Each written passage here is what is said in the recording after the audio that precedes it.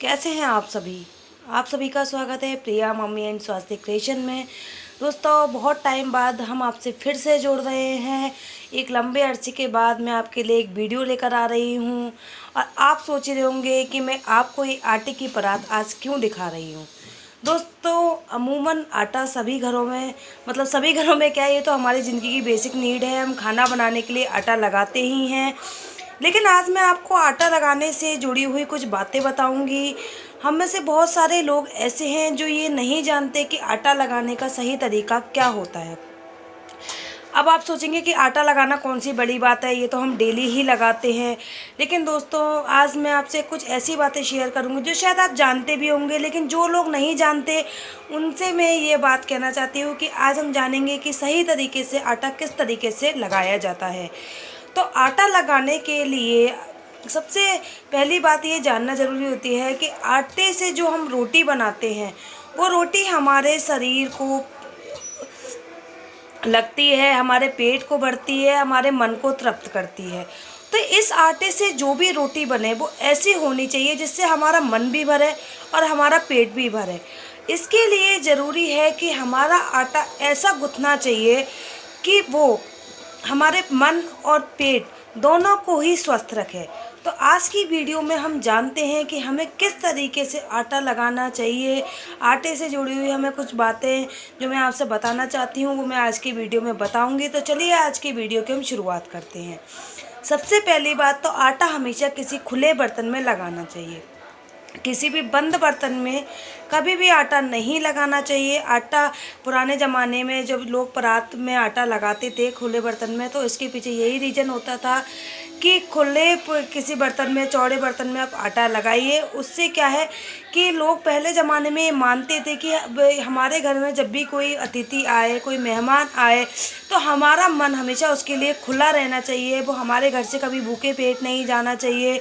हमेशा उसका पेट और मन दोनों भरे रहना चाहिए, खुश रहने चाहिए। तो जिस तरीके से हम खुले बर्तन में आटा लगाएंगे तो हमारा मन भी अपने घर में आने वाले मेहमानों के लिए हमेशा खुला रहना चाहिए।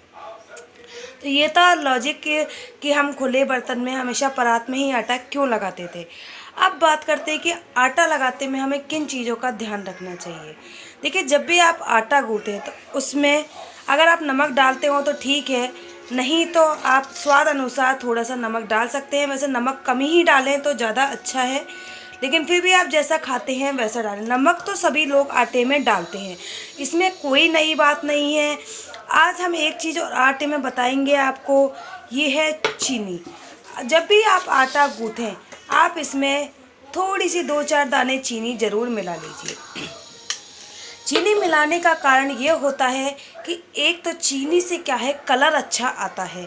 जब भी आप रोटी सेकते हैं उसकी रोटी में जो शाइनिंग है, कलर है, वो बहुत अच्छा आता है। और दूसरा, पुराने ज़माने में जो कहते थे कि चीनी की मिठास हमारे मन में घुल जाती है और वो मिठास जब हम खाना खाते हैं वो हमारे मन में बनी रहनी चाहिए। हमारा मन खुश और मीठा रहना चाहिए। हमारे घर में कोई आ भी जाए उसके लिए भी हमारा मन हमेशा खुला हुआ रहना चाहिए, खुश रहना चाहिए, मीठा रहना चाहिए। इसलिए पुराने ज़माने में जिस हिसाब से आटा लगाया जाता था वो बहुत ही शुद्ध तरीका होता था, बहुत ही परंपरागत तरीका होता था। और पहले के लोग हमसे ज़्यादा स्वस्थ रहते थे, उनका मन भी हमसे ज़्यादा बड़ा होता था। अब तीसरी बात कि आटा लगाने के लिए जो हम पानी लेते हैं उससे हमें किस तरीके के बर्तन का उपयोग करना चाहिए। जब भी हम आटा लगाएं उसके लिए हमें हमेशा किसी चौड़े बर्तन का ही इस्तेमाल करना चाहिए। आटा लगाते में आप ये बात ध्यान रखें, वो भगोनी भी हो सकती है, कोई कटोरा हो सकता है, लेकिन आप कभी भी गिलास से या फिर लोटे से आटा ना लगाएं। लोटे से आटा कई लोग लगा लेते हैं जल्दबाजी में। मुझे भी पहले ये बात नहीं पता थी, मेरी भी मदर इन लॉ ने मुझे एक बार ये बात समझाई और फिर मैंने इस बात पर ध्यान भी दिया कि से आटा या किसी भी बंद बर्तन से आटा जब लगाया जाता है, जब हमारे घर में कोई अशुभ कार्य हो या किसी की मौत हो गई हो तब लगाया जाता है। इसलिए हमें नॉर्मल डेज़ में कभी भी लोटे से या ग्लास से, किसी भी बंद बर्तन से आटा नहीं लगाना चाहिए। हमें हमेशा ऐसे खुले हुए बर्तन से आटा लगाना चाहिए। आटा गूँथना भी एक कला होता है। जैसा कहते हैं कि आटा गूँथते वक्त जैसा हमारा मन होगा, हमारे घर में वो उसी तरह का वातावरण बना रहेगा, क्योंकि जैसी रोटी हमारे पेट में जाएगी उसी तरह का हमेशा हमारा मन बना रहेगा और वैसा ही वातावरण हमारे घर में हमेशा रहेगा। तो जब भी आप आटा लगाएं, हमेशा सबसे पहले आप जिस भी अपने भगवान को सबसे ज़्यादा मानते हों उसका आप नाम लीजिए और आटा गूँथते वक्त आप उनका नाम लेके रखिए, जिससे आपके घर में कभी भी अन्न की कमी ना हो। मैं जब भी आटा लगाती हूँ माँ अन्नपूर्णा के हाथ हमेशा जोड़ती हूँ। तो इसलिए आप जब भी आटा लगाएं, जिस भी भगवान को सबसे ज़्यादा मानते हों, आप उनका ध्यान कीजिए। आटा लगाते वक्त भी उनका ध्यान कीजिए और उनसे प्रार्थना कीजिए कि हमारे घर में कभी भी अन्न में कभी कोई कमी ना बनी रहे, हमारे घर से कभी कोई भूखा ना जाए। तो आप देखिएगा दिन ब दिन आपके घर में बरकत होती रहेगी और आपके घर में कभी भी अनाज की तो कम से कम कोई कमी नहीं होगी। तो ये आप ज़रूर करके देखिएगा, इससे आपके घर में हमेशा अनाज का भंडार भरा रहेगा, कभी भी आपके घर में खान पीन से संबंधित कोई भी समस्या नहीं होगी। आटा लगाते वक्त अपने मन में किसी भी तरह के बुरे विचार या नेगेटिव विचार नहीं आने दें, वरना जैसे आटे की रोटी हमारे पेट में जाएगी वैसा ही हमारा स्वास्थ्य बनेगा और वैसा ही हमारे घर का वातावरण बना रहेगा। तो आटा लगाने से पहले ये कुछ ज़रूरी ऐसी बातें थीं जिनको हमें जानना बहुत ज़रूरी था। तो अब मैं आपको और भी कुछ बातें बताऊंगी, आप उन्हें ज़रूर ध्यान से सुनिएगा और आप मेरे तरीके से आटा लगा कर देखिएगा। आप यकीन मानिए आपको मेरी बातों से ज़रूर फ़ायदा होगा। इस तरीके से गुथ के तैयार हो चुका है और देखिए सबसे बड़ी बात आप देख सकते हैं कि मेरा आटा कहीं पर भी बिल्कुल भी नहीं फैला। जब भी आप आटा लगाएं इस बात का ध्यान रखें कि आपका आटा कम से कम फैलना चाहिए और ना ही फैले तो बहुत अच्छा है। इसके पीछे भी पुराने ज़माने में हमारी दादी नानी जो बात कहती थी, वो कहती थी कि जितना आटा परात से बाहर निकलता है, परात से बाहर फैलता है, उतनी ही हमारे घर में अन्न की बर्बादी होती है। तो हमें हमेशा आटा लगाते वक्त ये ध्यान रखना चाहिए कि कभी भी हमारा आटा बर्तन से बाहर ना फैले। और एक यही रीज़न भी था कि हम चौड़े बर्तन में आटा लगाते थे कि कम से कम आटा हमारा बाहर फैले, क्योंकि जितना ज़्यादा उनका मानना था कि जितना ज़्यादा आटा हम फैलाते हैं, जितनी ज़्यादा खाना बनाते वक्त हम सामग्री फैलाते हैं, उतनी ही हमारे घर में अन्न देवता की बर्बादी होती है और हमारे घर में हमेशा किसी ना किसी चीज़ की कमी बनी रहती है। आटा लगाने के बाद आप एक बात ज़रूर ध्यान रखें कि आप हमेशा आटे में घी ज़रूर लगाएं।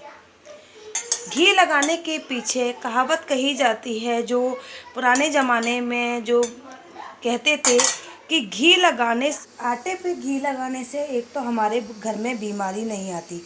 बीमारी कैसे नहीं आती, देखिए मैं आपको बताती हूँ कि जो घी होता है वो पित्त की प्रवृत्ति को शांत करता है। जिन लोगों के पेट में गर्मी होती है, पित्त की परेशानी होती है, घी उनके लिए एक रामबाण उपाय होता है। तो जिनके पेट में गर्मी होती है उन लोगों को तो इसका फ़ायदा होता ही है, क्योंकि वो पेट की गर्मी को शांत करता है।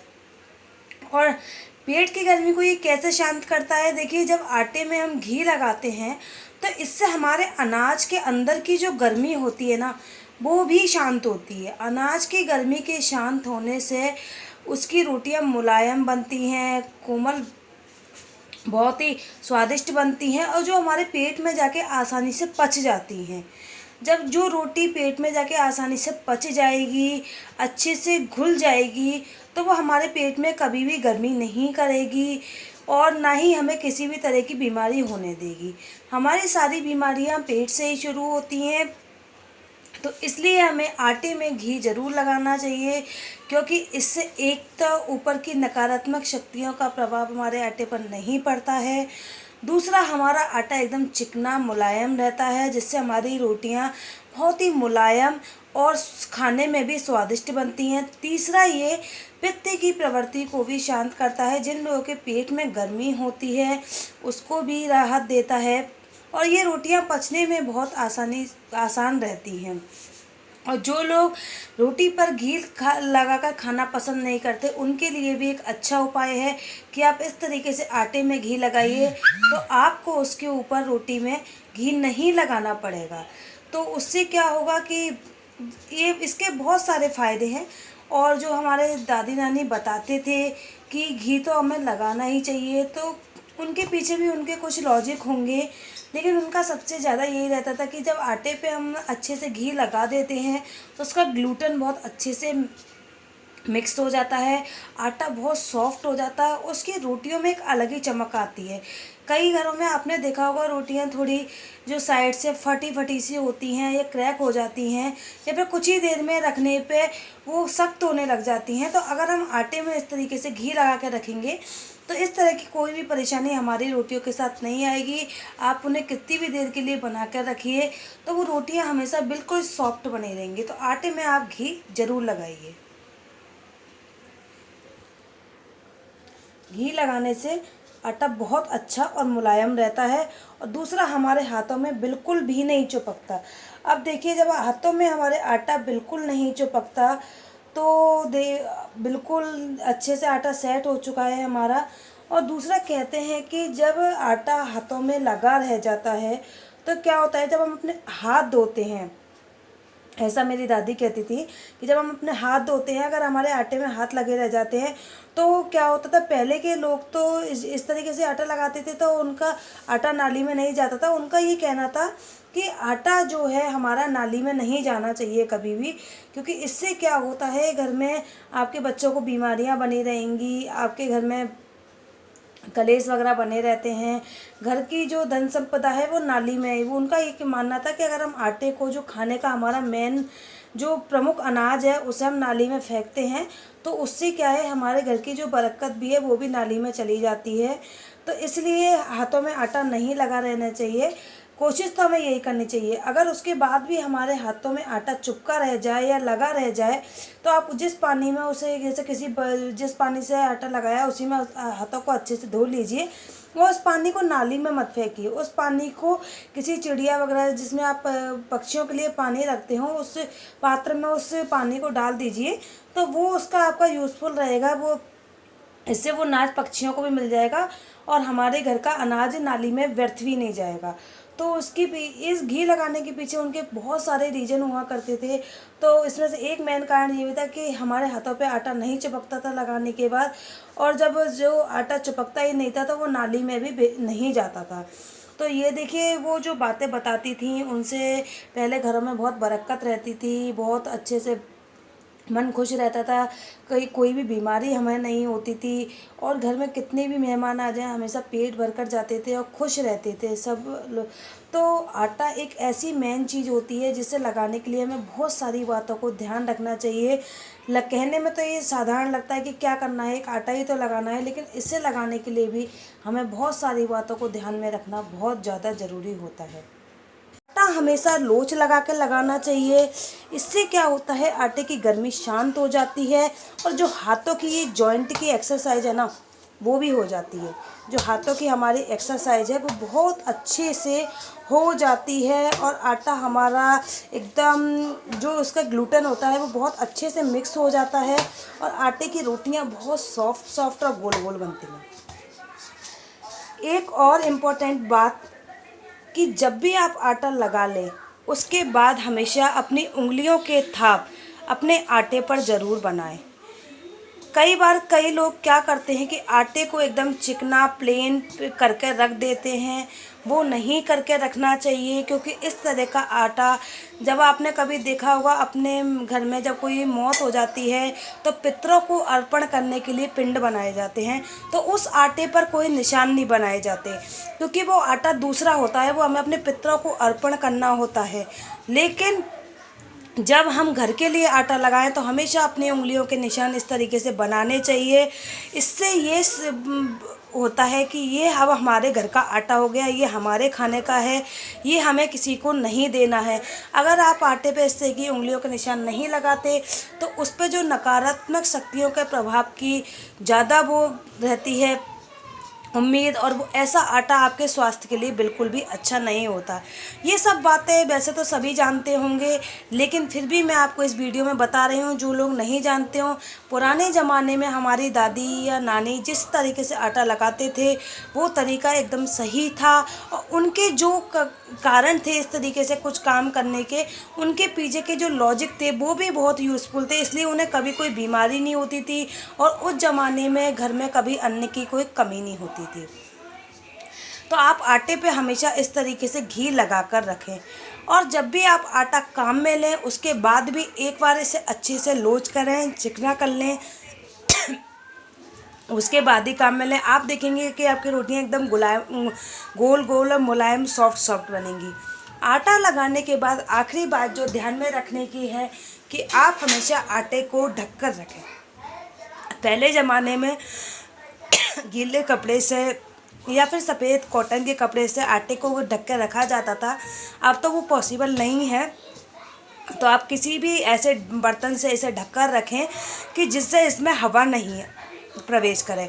उससे क्या होता है, आटा सूखता नहीं है। जबकि अगर आटा सूखने लगता है तो उसमें क्या है, एक तो जैसे चेटियाँ हुई, कोई आपके घर में चूहे वगैरह हुए, या फिर कोई भी किसी भी तरह के कीड़े वगैरह आटे को नुकसान पहुंचा सकते हैं। और दूसरा, हवा लगने के कारण रोटियां भी सूखी सूखी बनती हैं, पपड़ीदार बनती हैं, वो मुलायम नहीं बनती। तो आप आटा ढक के रखेंगे तो उससे क्या होगा, आटा अच्छे से मिक्स होगा, उससे ग्लूटेन अच्छे से मिक्स होगा, एक तरीके से फर्मेंटेशन होगा उसमें, तो उसकी रोटियाँ बहुत सॉफ्ट बनेंगी। तो आप आटे को हमेशा ढककर रखें, ढककर ज़रूर रखें। और अगर दोस्तों आपको आज की हमारी ये जानकारी कैसी लगी, आप हमें कमेंट बॉक्स में ज़रूर बताइएगा। अगर ये जानकारी आपके लिए यूज़फुल रही हो तो इसे ज़्यादा से ज़्यादा लाइक कीजिएगा, शेयर कीजिएगा, हमारे चैनल को सब्सक्राइब कीजिएगा। आज के बाद हम आपके लिए नई नई वीडियो लाते रहेंगे अपने चैनल पे, ऐसी यूज़फुल वीडियो। और आप भी हमारे साथ जुड़े रहिएगा, अपना प्यार देते रहिएगा प्रिया मम्मी एंड स्वास्तिक क्रिएशन को। दोस्तों फिर मिलेंगे एक नई जानकारी के साथ। गुड बाय दोस्तों। और मैं भी अपने आटे को ढक कर रख देती हूँ जिससे इससे अच्छे से ग्लूटेन मिक्स हो जाए।